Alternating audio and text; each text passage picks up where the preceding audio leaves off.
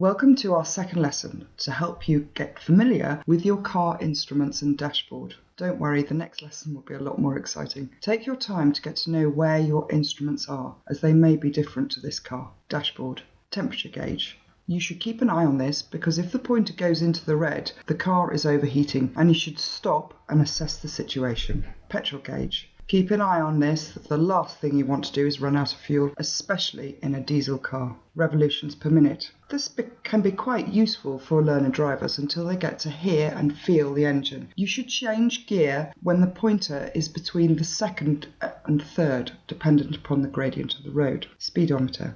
Keep an eye on this so you do not break the law and go over the speed limit, or indeed travel too slowly for the conditions. Remember, it's always only a quick glance. Mile counter tells you how many miles the car has done in its lifetime. Some cars will also give you lots of other computerized information. Lights.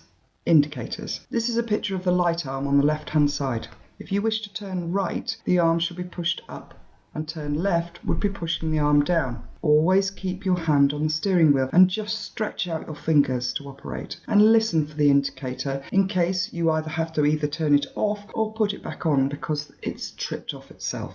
Side lights. On this particular vehicle, you turn the arrow to the end of the handle to the side light position. Side lights are used when parking at night on the road where the speed limit is over 30 miles per hour. Headlights. Turn the end of the arm to the headlight sign. Headlights are used if visibility in the day is poor and between dusk and dawn. Fog lights. Most cars have both rear and front fog lights and should only be on when visibility is 100 meters or less and turned off when visibility improves. Full and dip beam. On this particular vehicle, the arm is pushed forward to put the beam on and pulled back to natural position to take off. Pulling the arm fully forward enables you to flash the full beam, possibly as a warning to other road users. Be conscious of full beam as you do not wish to dazzle other road users coming towards you or in the rear view mirror of a vehicle ahead of you. Full beam will be indicated as a blue light on your dashboard. Window wash, front window wash. Pull the arm towards you until you have the required water on the front screen. Front window wipers. The arm should be pushed up to the position you required. On this model, you have intermittent, normal and fast speed, depending on the weather conditions. Back window wash. Move the end of the handle to the back window wash sign and keep it there until you have the required amount of water on your back screen. Back window wiper. Move the arrow of the end of the handle to the back window wiper. Foot pedals. Accelerator. Only use with your right foot and gently. In the trade, we call it gas, as it is easier to stay. So, when we say gas, we are only talking about pressing the pedal about a pound coin's width. So if we say gas, gas, gas, it would mean a little more, a little more, a little more. If practicing at this stage, the car should be switched off. Brake. Again, this pedal is only used by the right foot. The right foot moves from the gas to the brake. Have a go.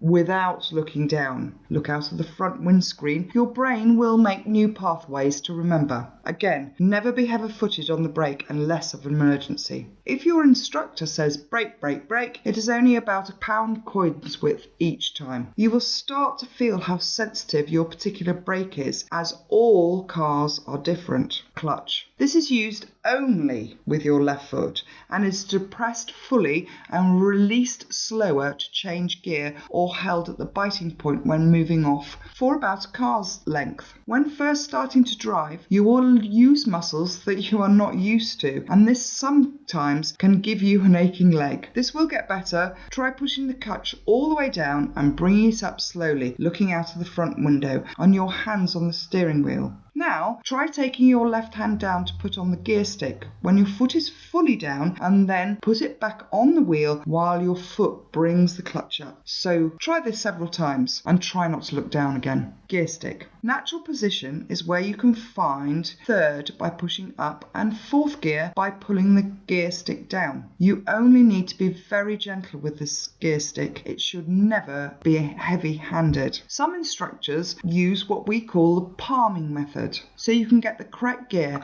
and push the correct way against the spring. If you wish to go into first or second, you would place your left palm on the right of the gear handle facing the passenger's door. To go into fifth, you would place your palm on the left of the gear handle facing you and pushing gently against the spring, pushing up. Always remember the gear pattern is in the shape of an H. You cannot cut corners, and all in straight lines. If you cut the corner, you will hear a grinding sound whilst driving. Reverse. For this particular model, the gear stick needs to be press down a little and push right against the spring and down. Some cars have a lever to squeeze under the gear handle, and reverse can be in a different position. Now to practice. Engine off, hands on the steering wheel, clutch all the way down, eyes ahead, with your left hand trying to move up the gears and down all the gears. Now your instructor can select random gears for you to go into. Don't worry if you can't remember exactly where they are at the start, you will. Try to keep a picture in your head of your gear stick so you don't have to look down. Block changing. You should always go up in your gears, but modern cars enables you to do what we call block changing. Now, so if you're coming up to a roundabout, for example, and you're in fourth, as you approach and slow down, you can go straight from fourth to second. If your parents are teaching you, they were taught to go all the way up in their gears and all the way down. Depending on the situation, you do not have to do this anymore. Other instruments. Please look around the car and see where you open your fuel tank, for example, where other features may be on your steering wheel and heating and air conditioning. It is just an opportunity to start to familiarize yourself with the rest of the car. I'll be posting a new PowerPoint lesson very soon. Thank you for watching and look forward to seeing you soon. Please take some time to watch some others. Thank you.